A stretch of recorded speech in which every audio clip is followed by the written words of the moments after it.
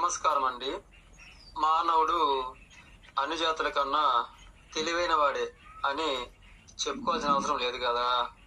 కానీ పుట్టిన ప్రతి మానవుడిని కూడాను తెలివిగలవాడిగా పెరగకుండా చాలా క్రూరత్వంతో కొన్ని వర్గాల పెద్దలు తొక్కిపడుతూ ఉన్నారు. ఉదాహరణకు ఒక కుమ్మరి ఉన్నాడు అనుకుందాము. తాను స్వతహాగానే మట్టి తెచ్చి తొక్కి సారె మీద వేసి సారె తిప్పి కుండను తీస్తాడు, తర్వాత కొట్టుతాడు, దాన్ని తర్వాత ఆరబెడతాడు, కాలుస్తాడు, కుండను తయారు చేస్తాడు. అలాగే తన వారసులైన ఒక 10 మంది యువకులు ఆ రహస్యాన్ని గ్రహించారు కదా. ఇక వారు కూడాను ఆ విధంగానే చేయాలి కదా. ఇక అలాగే ఒక వడ్రంగి ఉన్నాడు అనుకుందాము. తాను ఒక కర్ర మొద్దును చెక్కుతాడు, కోస్తాడు, సైదులు చేస్తాడు, తొలులను కుసులను సృష్టించి దానిని మోపు చేసి వస్తువును తయారు చేస్తాడు. ఇలా ఏ వృత్తి అంతే కదా. ఇక వారి వారసులు పక్కన ఒక 10 మందే కావచ్చు, 100 మందే కావచ్చు. ఇక దానిని అనుసరించి వీరు కూడా అలాగే చేయాలి కదా. అలా కాక ఆ కుమ్మరే గాని ఈ వడ్రంగి గాని ఇక వారి వారసులకు ఆ కుండలు చేసే విధానం చెప్పకుండా, ఈడ మంచం చేసే విధానం చెప్పకుండా, ఇక వీరికి సంబంధించిన ఎట్టి సాకిర్లను అంటే మాకు పనులు తోవడానికి పులర్స్కరా, ముఖం కడుకోవడానికి చెంబ నీళ్ళు, పక్కెయ్యి, కాళ్ళు గడుగు అన్నట్లు అన్నం వండు, గిన్నెలు దోము, ఈ విధంగా నాకు కావాల్సిన పరిచయాలు చేస్తే ఇక మీరు గొప్పవారైపోతారు అంటే అది అంతవరకు నిజము. ఇది ఉదాహరణ.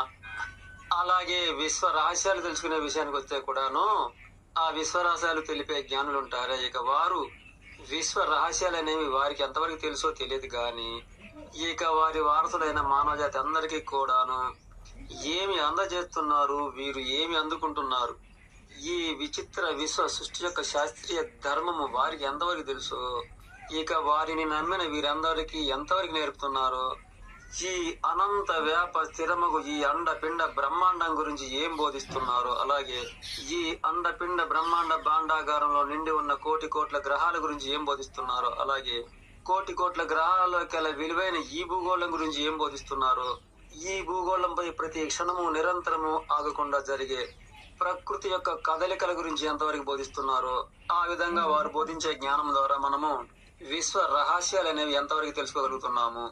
విశ్వం అనేది ఒక్కటేనని, ఈ విశ్వాన్ని నడిపించే దాత ఒక్కరేనని, ఇదే కఠిన సత్యము అని, నిజానికి ఇట్టి కఠిన సత్యాన్ని మనము నేర్చుకోగలిగితే మానవ జాతి అంతది కూడాను ఇటువంటి తంత్ర తతంగాల పాలు ఎందుకు అవుతాము. ఈ విశ్వంలో ఏ గ్రహము సృష్టించుకోలేని జీవజాతులను ఈ భూగ్రహమే విచిత్రమయంగా ఎన్నెన్నో రూపాలతో జీవజాతులను సృష్టించుకొని ఇక వాటిని జాగ్రత్తగా కడుపులో పెట్టుకొని కావలసిన ఆహారాలు, ఇతర అవసరాలు తీర్చుతూ ఆ విధంగా ఈ భూతుల్ని జీవజాతుల యొక్క మనుగడ సాగిస్తుంది అని అధిపతులు అనబడేవారు ఎంతవరకు బోధించారు. ఎన్నెన్నో బద్దలుగా విడదీయటమే కాక మానవులను ఇక వారు ఎవరికి కావాల్సిన స్వార్థ తతంగాలన్నీ వారు సృష్టించుకొని కూర్చుకొని ఇక ఆ తతంగాల మధ్య మానవులందరినీ తోలుబొమ్మలలాగా ఎగిరిస్తూ మేము చెప్పినట్లే వింటూ మేము కూర్చోమన్న గాడే కూర్చుంటూ మా కోసమే తప్పట్లు కొడుతూ పాట పాడుతూ కళ్ళు మూసుకొని ఈ పండు పెట్టు, ఆ కాయిటు పెట్టు, 10 రూపాయలు అందులో పెట్టు, ఇలా కొందరైతే మరికొందరు మరో విధంగా, మరికొందరు మరో విధంగా 6 రంగుల వస్త్రాలు ధరింపజేయడాలు. ఈ వస్త్రాల వల్ల మానవ జాతికి ఏమి జ్ఞానం అందినట్లు, స్నానాలు చేయడం వల్ల మానవుడికి ఏం జ్ఞానం అబ్బినట్లు, గిరగిర ప్రదర్శనలు తిరగడం వల్ల మానవుడికి ఏం జ్ఞానం అబ్బినట్లు, ఉపవాసాలు ఒక్క పొద్దులు ఉండడం వల్ల మానవుడికి ఏం జ్ఞానం అబ్బినట్లు, ఆ విధంగా వారి వారి జీవితం అంతా కూడాను ఇదొటి పెట్టు, అది ఇటు పెట్టు, ఇదొటి పెట్టు, అది ఇటు పెట్టు, ఆ ఊర్లో విశ్వదాతనుడు, ఈ ఊర్లో విశ్వదాతనుడు అనుకుంటూ అలా ఊర్లు తిరగడం వలన విశ్వదాత ఏడ కనిపిస్తాడు. ముందుగా పుట్టిన మనము మన వారసులకు ఏమి బోధిస్తున్నాము, మన బిడ్డలకు విశ్వ రహస్యాలు ఎంతవరకు బోధించాము. నిజానికి విశ్వ రహస్యాలు అనేవి ఎన్నో భాగాలుగా ఎందుకుంటాయి.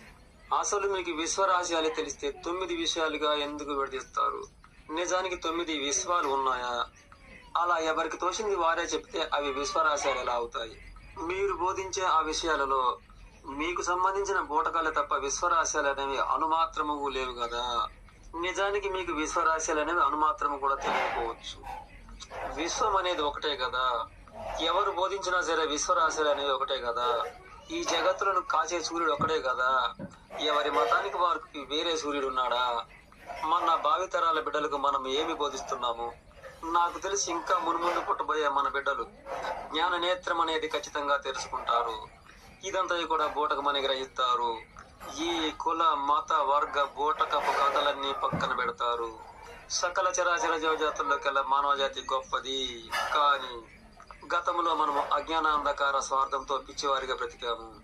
మానవుణ్ణి దేవుడు అనుకున్నాము, మానవుణ్ణి దైవం అనుకున్నాము తప్ప ఈ విధంగా మన మానవ జాతి భవిష్యత్తులో ప్రస్తుతం మనం ఆచరిస్తున్న గాఢ జ్ఞానాంధకార స్వార్థ తతంగాలకు దూరమై మానవులే మహానీయులు అని నిరూపించే రోజు ఖచ్చితంగా వస్తుంది.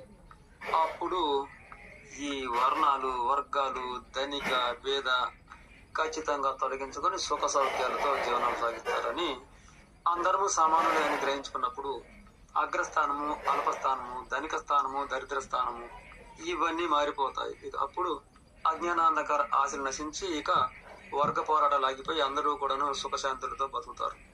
ప్రస్తుతం మనం అటువైపే పయనిస్తున్నాము. సమస్త మానవాళి కూడా ఇందులో తప్పేమైనా ఉంటే మరీ మరీ మరీ మరీ క్షమించమని తమ తమ పాదాలకు నమస్కరించి వేడుకుంటున్నాను.